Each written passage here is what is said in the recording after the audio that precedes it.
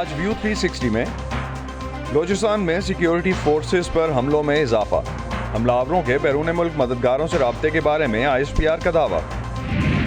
چین میں Beijing Olympics کا آغاز، امریکہ سمیت کئی مغربی اور ایشیائی ممالک کا سفارتی بائیکاٹ، پاکستان اور روس کی شرکت۔ اور لائف 360 میں جاننے کی کوشش کریں گے کہ کرونا وائرس کس طرح مریضوں کے دل کو متاثر کر رہا ہے۔ اگر لوگ صحت مند طرز زندگی برقرار رکھنے میں دلچسپی کھو دیتے ہیں تو اس سے ایک طویل مدتی مسئلہ پیدا ہوگا۔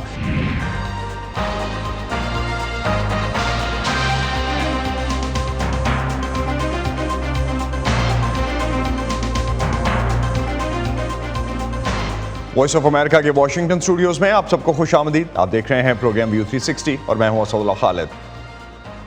پاکستان میں 2014 سے 2020 کے 6 سالوں کے عرصے میں عسکریت پسندوں کے حملوں میں مسلسل کمی کے بعد سال 2021 کے دوران 56% اضافہ ہوا۔ یہ اعداد و شمار مرتب کرنے والے think tank Pakistan institute of conflict and security studies کے مطابق حملوں میں یہ اضافہ تحریک طالبان پاکستان اور حکومت کی 1 ماہ کی جنگ بندی کے باوجود ہوا۔ اعداد و شمار کے مطابق عسکریت پسندوں نے پچھلے سال 294 حملے کیے، جن میں کل 395 افراد ہلاک ہوئے، جن میں سے 186 عام شہری اور 192 سیکیورٹی اہلکار تھے۔ اس کے مقابلے میں سال 2020 میں پاکستان میں 188 حملے ہوئے تھے، جن میں 267 افراد ہلاک ہوئے۔ اگر ہم دونوں سالوں کا موازنہ کریں تو سال 2021 میں عسکریت پسندوں کے حملوں میں ہلاکتوں کی کل تعداد میں 48% اور پاکستانی سیکیورٹی فورسز کی ہلاکتوں میں 67% اضافہ ہوا۔ حالیہ چند ہفتوں کے دوران صوبہ بلوچستان میں سیکیورٹی اہلکاروں کو نشانہ بنانے کے واقعات میں اضافہ ہوا ہے۔ گزشتہ ماہ 25 جنوری کی رات کو دہشت گردوں نے ضلع کیچ میں ایک چوکی پر حملہ کیا تھا، جس میں 10 سیکیورٹی اہلکار ہلاک ہو گئے تھے۔ Pakistan institute of conflict and security studies کے مطابق بلوچستان میں سال 2021 کے دوران 104 دہشت گرد حملے ہوئے۔ ان حملوں میں 177 افراد ہلاک اور 344 زخمی ہوئے۔ حملوں کی یہ تعداد سال 2020 کے مقابلے میں 112% زیادہ تھی۔ تھنک ٹینک کے اعداد و شمار کے مطابق اس سال کے جنوری کے مہینے میں پاکستان بھر میں دہشت گردی کے 10 واقعات ہوئے، جن میں 14 سیکیورٹی اہلکاروں سمیت 23 افراد ہلاک اور 32 زخمی ہوئے۔ بلوچستان میں فروری کے پہلے 3 دنوں میں 3 حملے ہوئے ہیں، جن میں نوشکی اور پنجگور کے 2 بڑے حملے بھی شامل ہیں۔ اس وقت وائس آف امریکہ کے مرتضی ظاہری ہمارے ساتھ موجود ہیں کوئٹہ سے۔ ان سے جانتے ہیں کہ بڑھتے ہوئے واقعات کے پیش نظر کیا صوبے میں سیکیورٹی کے انتظامات میں اضافہ ہوا ہے؟ مرتضی، صوبے میں سیکیورٹی کے انتظامات میں کیا تبدیلیاں کی گئی ہیں؟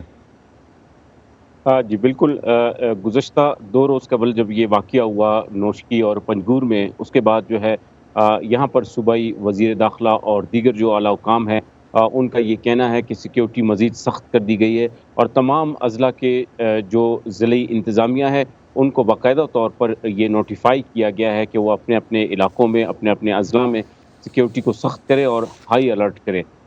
پنجگور کے حوالے سے اگر بات کی جائے تو پنجگور میں گزشتہ 3 دن کے بعد آج بھی صورتحال جو ہے وہ غیر واضح ہے اور غیر یقینی ہے، اور یہ وہاں کے مقامی انتظامیہ نے بتایا کہ آج بھی جو کچھ دہشت گرد جو ہے وہ فرار ہوئے تھے، جو عسکریت پسند ہیں، ان پر جو ہے وہ فائرنگ کا سلسلہ جاری ہے اور وہ روپوش ہوئے ہیں شہر کے علاقے چتکان میں، جہاں کوشش کی جا رہی ہے اور آپریشن کا سلسلہ جو ہے وہاں پر جاری ہے۔ بہت شکریہ مرتضی ہمیں اپڈیٹ کرنے کا اس حوالے سے کوئٹہ سے۔ جو اوورال سیکیورٹی کی صورتحال ہے پاکستان میں، اس پہ ہم بات کریں گے۔ ہمارے ساتھ موجود ہیں کامران بخاری، سیکیورٹی امور کے ماہر ہیں۔ ان سے اس حوالے سے ہم جاننے کی کوشش کرتے ہیں کہ ISPR نے بھی ایک دعویٰ کیا ہے کہ ابتدائی تحقیقات کے دوران حملہ آوروں کے بھارت اور افغانستان میں موجود اپنے مددگاروں سے رابطے کے انکشافات ہوئے ہیں۔ کامران، اوورال جو ISPR کی سٹیٹمنٹ آئی ہے، اور اگر ہم دیکھتے ہیں کہ بلوچستان میں خاص طور پہ بیرونی امداد کے حوالے سے یا بیرونی مدد کے حوالے سے بھی بات رہتی ہے پاکستانی اسٹیبلشمنٹ کی جانب سے، کس حد تک آپ کو لگتا ہے کہ بلوچستان کی جتنی بھی یہ موومنٹ ہے یا جتنے بھی اس وقت حالات ہیں وہ بلوچستان کے اندر سے ٹریگر ہو رہے ہیں یا باہر سے بھی کوئی سپورٹنگ ہینڈز ہیں ان کے پاس؟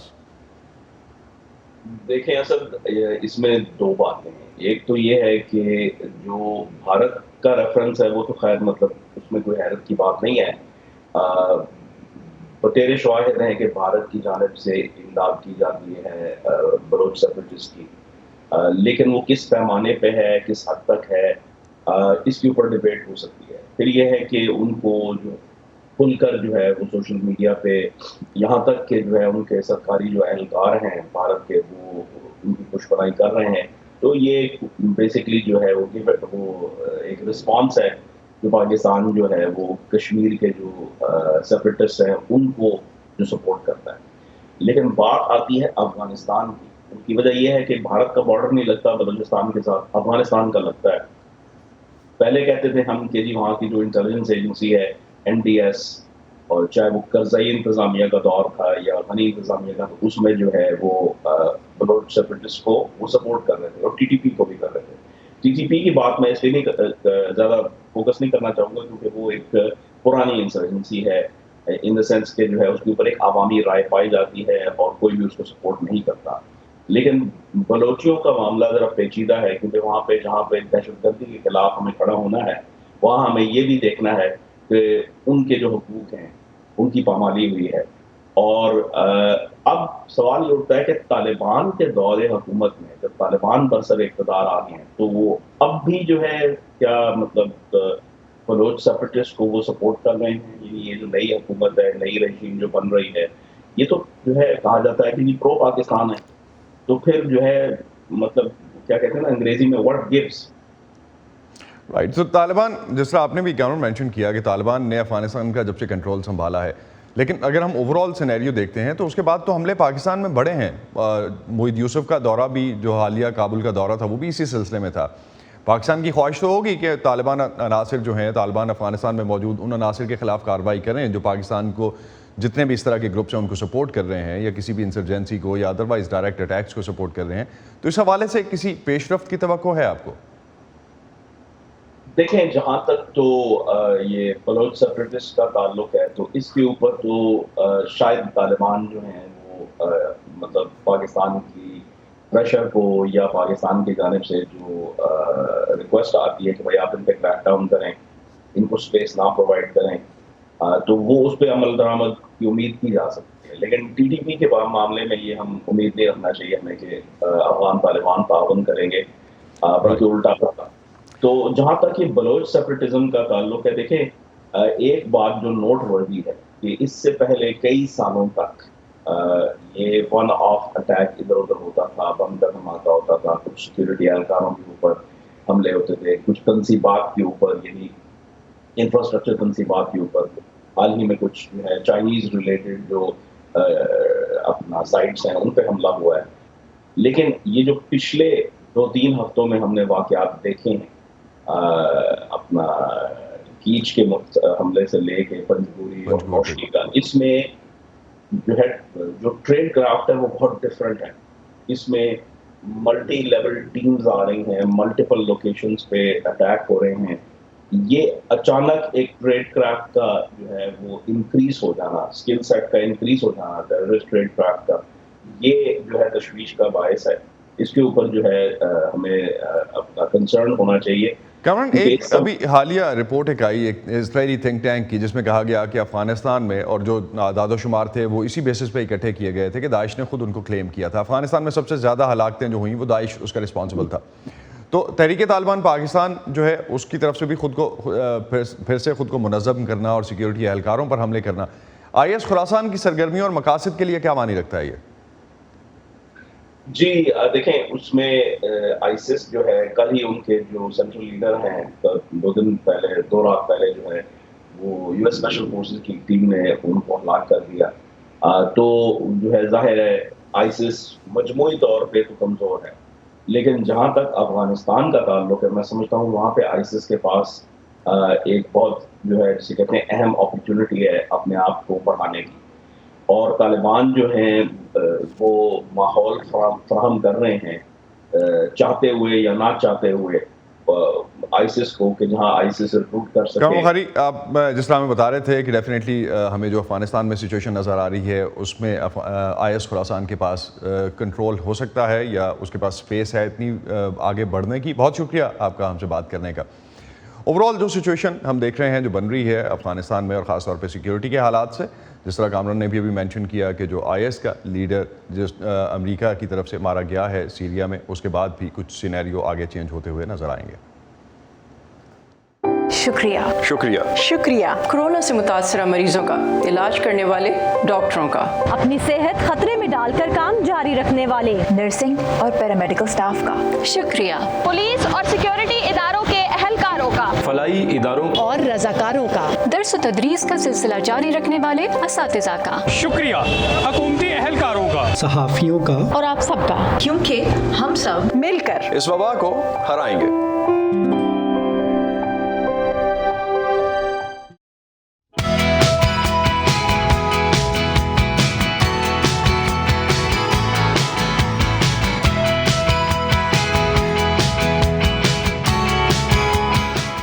अमेरिका में फरवरी का महीना दिल के अमराज के बारे में आगाही का महीना माना जाता है और आज के लाइव 360 में यही हमारा मौजू है। कोरोना की आलमी वबा से लड़ते हुए दुनिया को अब 2 साल से ज़्यादा हो चुका और इस वायरस की सेहत पर किस तरह से असरात होते हैं उनके बारे में मज़ीद हक़ाइक़ भी सामने आ रहे हैं कि जिनका ताल्लुक बराह रास्त कोविड से नहीं है। हाल ही में किया जाने वाला एक सर्वे वायरस से मुतासर अमरीकी शहरियों के दिल पर होने वाले असरात के बारे में हमें बताता है। सबा शाह खान हमें इस हवाले से मज़ीद डिटेल्स दे रही हैं। हाल ही में अमेरिका ने कोरोना वायरस के 7.5 करोड़ केसेस का अफसोसनाक संग मील अबूर किया। इनमें से 1/4 केसेस इंतहाई तेज़ी से फैलने वाली किस्म ओमिक्रॉन की वजह से सिर्फ जनवरी के महीने में रिपोर्ट हुए। इस हफ्ते शाया होने वाले क्लीवलैंड क्लिनिक के नेशनल हार्ट हेल्थ सर्वे के मुताबिक कोविड की वबा के दौरान अमरीकियों में अपनी देखभाल से मुताल्लिक लापरवाही बढ़ी है। इसका नतीजा उनकी सेहत पर मनफी असरात की सूरत में सामने आ रहा है। अगर लोग सेहतमंद तर्ज ज़िंदगी बरकरार रखने में दिलचस्पी खो देते हैं तो उससे एक तवील मुद्दती मसला पैदा होगा, क्योंकि एक बार शरियानें बंद हो जाएं, एक बार जब आपका ब्लड प्रेशर ज़्यादा हो जाए और ये कि आपकी शरियानों में मसला पैदा कर दे तो उन मसाइल को आसानी से दूर करने का कोई तरीका नहीं है। अमरीकी रियासत ओहायो में वाक़ क्लीवलैंड क्लिनिक के अवाम राय के एक जायजे के मुताबिक आलमी वबा के सन 2020 में आगाज़ के बाद से अब तक 41% या हर 5 में से 2 अमरीकियों को दिल से मुताल्लिक कम अज़ कम एक मसले का सामना रहा। सर्वे में रिपोर्ट किए गए दिल के मसाइल में 18% को सांस लेने में दुश्वारी, 15% को सर में चक्कर, 15% ही को ब्लड प्रेशर में इजाफे और 13% को सीने में तकलीफ की शिकायत हुई, जबकि वो जिन्हें कोविड हुआ उनमें से 27% मरीजों का कहना है कि उनका दिल बीमारी की वजह से मुतासर हुआ है। इसके अलावा वबा के दौरान दिल के मसाइल में मुब्तला अमरीकियों में वो सेहतमंद अफराद भी शामिल हैं जिन्हें कभी कोविड नहीं हुआ। मेरा ख्याल है कि बहुत सी दूसरी वायरल इन्फेक्शंस की मानंद कोविड से भी हार्ट फेल होने का खतरा होता है। वायरस आपके जिस्म और आज़ा को मुतासिर कर सकता है, जिनमें दिल भी शामिल है।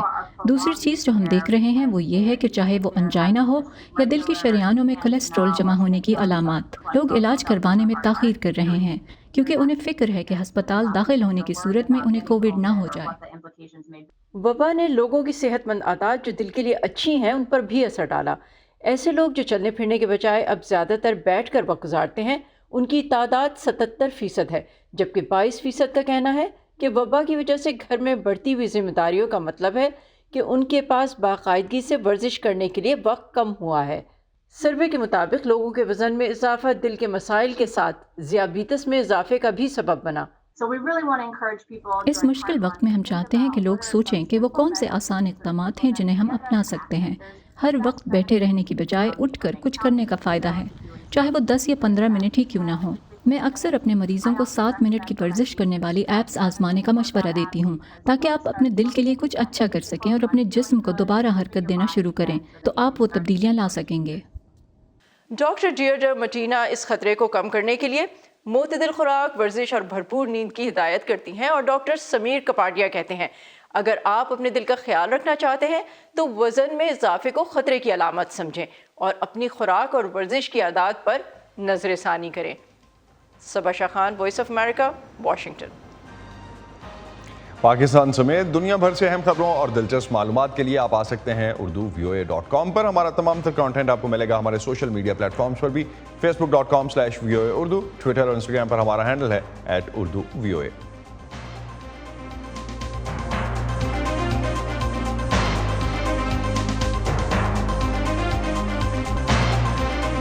अमेरिका, जो मुल्क है ख्वाबों का, अपने ख्वाबों को हकीकत बनाने वालों का, अपनी इजाद से दुनिया बदलने वालों का। तहकीक, तजुर्बात और टेक्नोलॉजी से हम सबको नई राह दिखाने वालों का, कुछ कर गुजरने का जज्बा लिए अपना कल रोशन बनाने वालों का। ऐसे ही ड्रीमर्स और अचीवर्स की कहानियां देखिए व्यू 360 में आज न्यूज़ पर।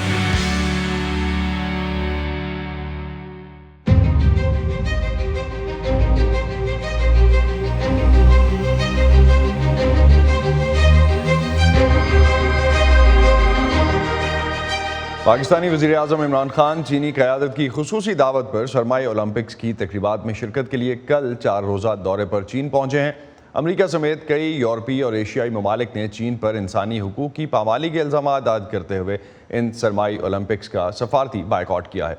रूस के सदर व्लादिमीर पुतिन भी इन ओलंपिक्स में शिरकत के लिए बीजिंग में हैं।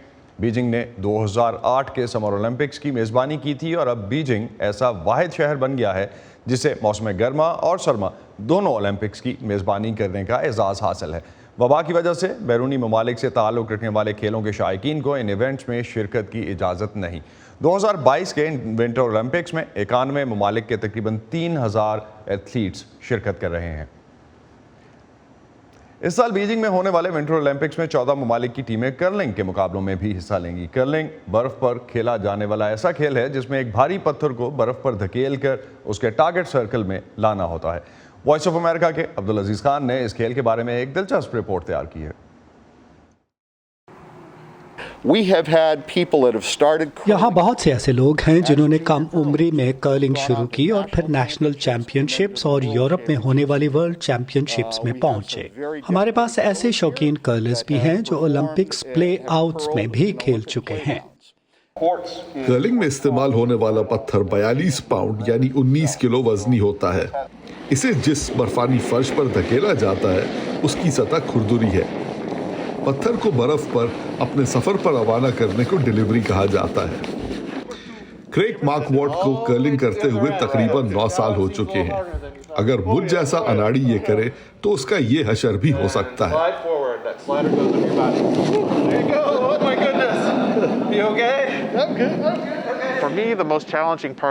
मेरे लिए डिलीवरी ही सबसे मुश्किल थी। पत्थर को अपने सफर पर रवाना करने के लिए आपका तवाजुन बहुत अच्छा होना चाहिए। आपने जब कोशिश की तो आपको अंदाजा हुआ कि किस कदर तवाजुन बरकरार रखने की जरूरत होती है। बस एक बार पत्थर ने सफर शुरू कर लिया तो फिर इसको इसकी मंजिल तक पहुंचाने की जिम्मेदारी फर्श को रगड़ने वालों की होती है। अगर पत्थर की रफ्तार कम है तो ये इसके आगे बर्फीले फर्श को रगड़ कर इसको हमवार करते हैं ताकि पत्थर ज्यादा दूर जा सके। स्वीपर के 2 अहम काम होते हैं। एक तो फर्श को रगड़ना, क्योंकि इससे पत्थर ज्यादा सीधा और ज्यादा तेज जाता है, लेकिन स्वीपर ये अंदाजा भी लगाता है कि पत्थर कितनी तेजी से हरकत कर रहा है और बाकी टीम को बताना कि ये पत्थर कहाँ रुकेगा, क्योंकि आपस में बातचीत बहुत जरूरी होती है।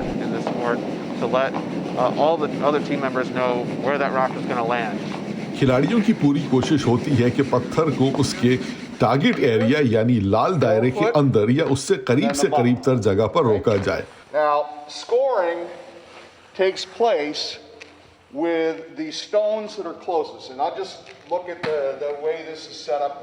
और इससे आपको पॉइंट्स हासिल होते हैं, लेकिन ये इतना आसान नहीं, क्योंकि आपकी हरीफ टीम अपने पत्थर से टकराकर आपके पत्थर को रास्ते से हटा भी सकती है। अगर आपने पाकिस्तान में कैरम के बोर्ड पर कैरम खेली हो तो ये खेल भी कैरम से बहुत ज्यादा मुख्तलिफ नहीं। कैरम के खिलाड़ी गोटियों की राह हमवार करने के लिए पाउडर का इस्तेमाल करते हैं, जबकि यहाँ वही काम स्वीपर करते हैं। इस वक्त 26 ममालिक की कर्लिंग की टीमें हैं और हमने ब्रूस से जानने की कोशिश की कि इस किस्म का कर्लिंग रिग बनाने में कितना खर्चा आएगा। मुझे अमेरिकी डॉलर में जवाब देना होगा। कर्लिंग के लिए इस किस्म का एक रिंग और बाकी सहूलतें बनाने के लिए $50 लाख का खर्चा आएगा।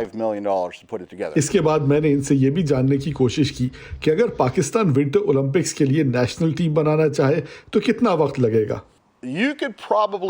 आप 1 या 2 साल के अंदर नेशनल टीम खड़ी कर सकते हैं। लोग समझते हैं कि कर्लिंग जैसे खेल के लिए आपको किसी बर्फानी मुल्क में रहने की जरूरत है, मगर ब्रूस कहते हैं कि ऐसा नहीं है।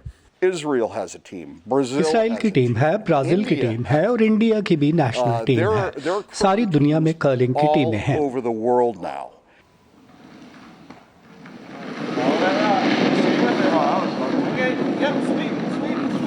Abdul Aziz Khan, voice of America, Maryland.